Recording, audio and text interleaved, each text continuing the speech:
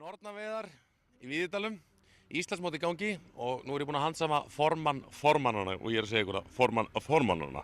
Hjörtur Bergstad, blessaður. Sæll og blessað, hlustu minn. Hvernig er stemmingin í dalnum? Svona almenn? Almenn stemning, það er bara almenn gleði. Þetta er ekki til neins annars ætlast þegar það er svona glæðsverið mót eins og er hérna núna í gangi. Hvað er það sem að formaður í svona stóru hestamannafélagi, stærsta hestamannafélagi í Íslandi stendur í þegar að Íslandsmót er í gangi? Það er bara að leta að sjá sig, vera innan fólkið og reyna að sjá hvernig hlutinni ganga vel og hitta sem flesta og ef það er eitthvað sem að er eða fólki vanhægar eitthvað, reyna þá að koma því til skila og reyna að við getum þá gert betur og leyst úr því vankvæðum sem eru. Nú voru stórar ákvarðanir teknar fyrir þetta mót og já, það virðist alltaf að vera knapar sem áhorfendur séu gríðarlega hamingjusömi með það að það sé komið nýtt efni í völlin. Hvernig, ég frétti að þú hefur verið á brókinni þegar þetta, einn morgunin þegar þessi ákvörðun var tekin. Var þetta erfið ákvörðun? Já, hún er tekin á brókinni, það er alveg rétt. Það vill þannig til að við eigum heima í Móvaðunni nokkuð margir hestamenn og meðal annars Rúnar Bragason og við vorum búin að vera að ræða þetta eitthvað og ætluðum svo að hittast og ég er kvöldsvægur, ég vakna snemma og Rúnar kemur eitthvað 10 leitið heim og þá er ég á sloppnum og þá var þetta tekið ákvörðun að byrja á þessu og þó þessi ákvörðun hafi verið tekin á brókinni þá held ég samt að þetta hafi verið gæfurík ákvörðun og því að þessi vikurvellir eru virðast vera undanhaldi. Við vorum hérna fyrir ári síðan með gullmót, þá voru menn mjög ósátti við Hvammsveitin, hann var bara í hall og harður. Fluttu þá mótið yfir á Brekkuvöllinn, hann er búinn að vera mikið notaður síðan. Hann er háll ef hann er ekki passaður og verið mikið reiðinn. Þannig að ég held að þetta sé framtíðin ég held að í framtíðinni verði vikurinn svona, ég held að þetta sé deyjandi efni á þessa velli. Ég ætla að vona það að við klárum það og setjum þetta á alla okkar velli, svona brota samt eins og er á þessu núna. Menn voru hræddir kannski ekki efni sjálft heldur að völlurinn verið dökkur og þau myndi dökkna yfir þessu.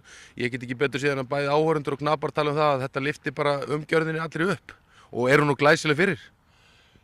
Já, samkeppnisaðilar upp á stöð 2, þeir eru nú að taka þetta upp og að þegar fólk er búið að horfa á þetta skemmtilega viðtal á Vísindavefnum þá getur það kíkt líka verið á sjónvarpið inn á stöð 2 og séð hestana þar hlaupa á brautinni og maður var búinn að heyra það og fannst það sjálfum að þessir hestar eru ekkert fallegir á svo svarta velli eins og á Vikuvöllunum en ég bara eftir að hafa hort á fyrsta hest í braut og ég er búinn að sjá það nokkra og flesta liti stoppsins að þá eru hestarnir bara miklu flottari á þessum svarta velli heldur en á þessu ljósu velli.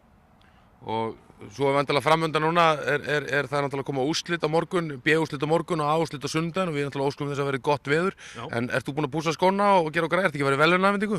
Jú, ég hef alltaf gaman að því að fá að óska þessu fólki sem kemur hingað til okkar og náður árangri óska þeim til hamingju og svoleiðis og það ætla að koma fullt af öðru fólki og veita verðlaun. Ég veit að Björn Blöndal, forseti borgarstjórnar held ég að hann ætla að koma.